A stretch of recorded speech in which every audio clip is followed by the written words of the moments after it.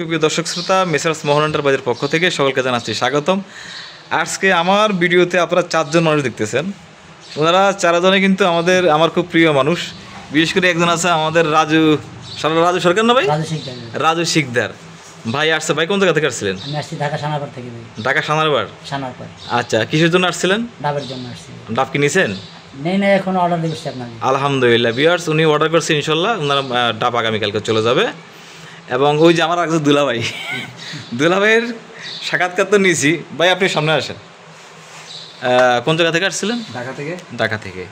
এই প্রতিষ্ঠানে কি ভাই আপনি আগে আসছিলেন? জি। সত্যি আসছিলেন? জি। আগে এখান থেকে নারকেল নিছেন না? নেয়ার পর এখন আবার আসছেন? আলহামদুলিল্লাহ ভিউয়ার্স, ভাই আপনার নামটা?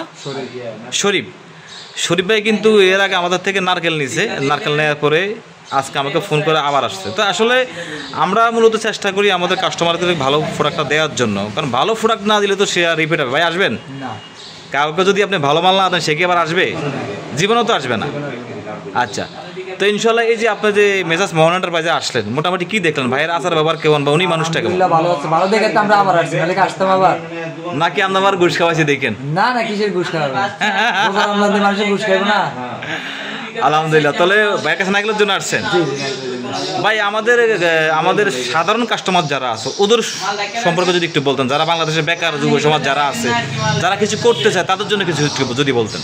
আসলে যারা ব্যবসা করতে চায় তাদের ব্যবসা আসলে ভালো, ব্যবসা জিনিসটা হলো সবচেয়ে ভালো কাজ। আপনি একটা কর্ম করা থেকে পরে কাজ করা থেকে নিজে ব্যবসা করা অনেক ভালো। অনেক মানুষ আছে কাজ করতে লজ্জা পায়। হ্যাঁ, অনেক ইয়াংজন আছে কাজ করতে লজ্জা পায়, আর কাজে কোনো শরম নাই। আলহামদুলিল্লাহ ভিউয়ার্স, দেখেন আমার এই ভাই কিন্তু উনি কিন্তু শরীফ ভাই ইয়াং মানুষ, কিন্তু ব্যবসার জন্য আসছে।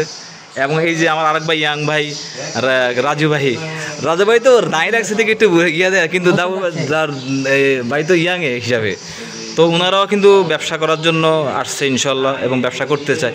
ভাই আমাদের দেশের বেকার যুব সমাজের জন্য কিছু যদি আপনি একটা বলতেন। অনেক ভাই আছে রাস্তায় হাঁটে, যারা কোনো কাজকর্ম করে না, তাদের উদ্দেশ্যে যদি একটু কিছু বলতেন। তাদের উদ্দেশ্যে বলবো যারা আর কি এই ব্যবসায় নামছে তাদের সাথে সহযোগিতা করে কিন্তু তাদের একটা ইনকাম করার পলিসি আছে। যেমন আমরা পাইকারিতে মাল নিচ্ছি, যদি আমাদের কাছ থেকে খুচরা নিয়ে বিক্রি করে পার পিসে যদি 5 টাকা করে লাভ করে 1 পিস মাল বিক্রি করে 500 টাকা। জি। ওরা ঘরের পিছনে থেকে যদি মনে করেন কমিশন ভিত্তিক আমাদের থেকে লাভ নিয়ে বিক্রি করে, তাহলে হয়তো আমাদের মনে হয় বেকার অনেকটা কমে যাবে।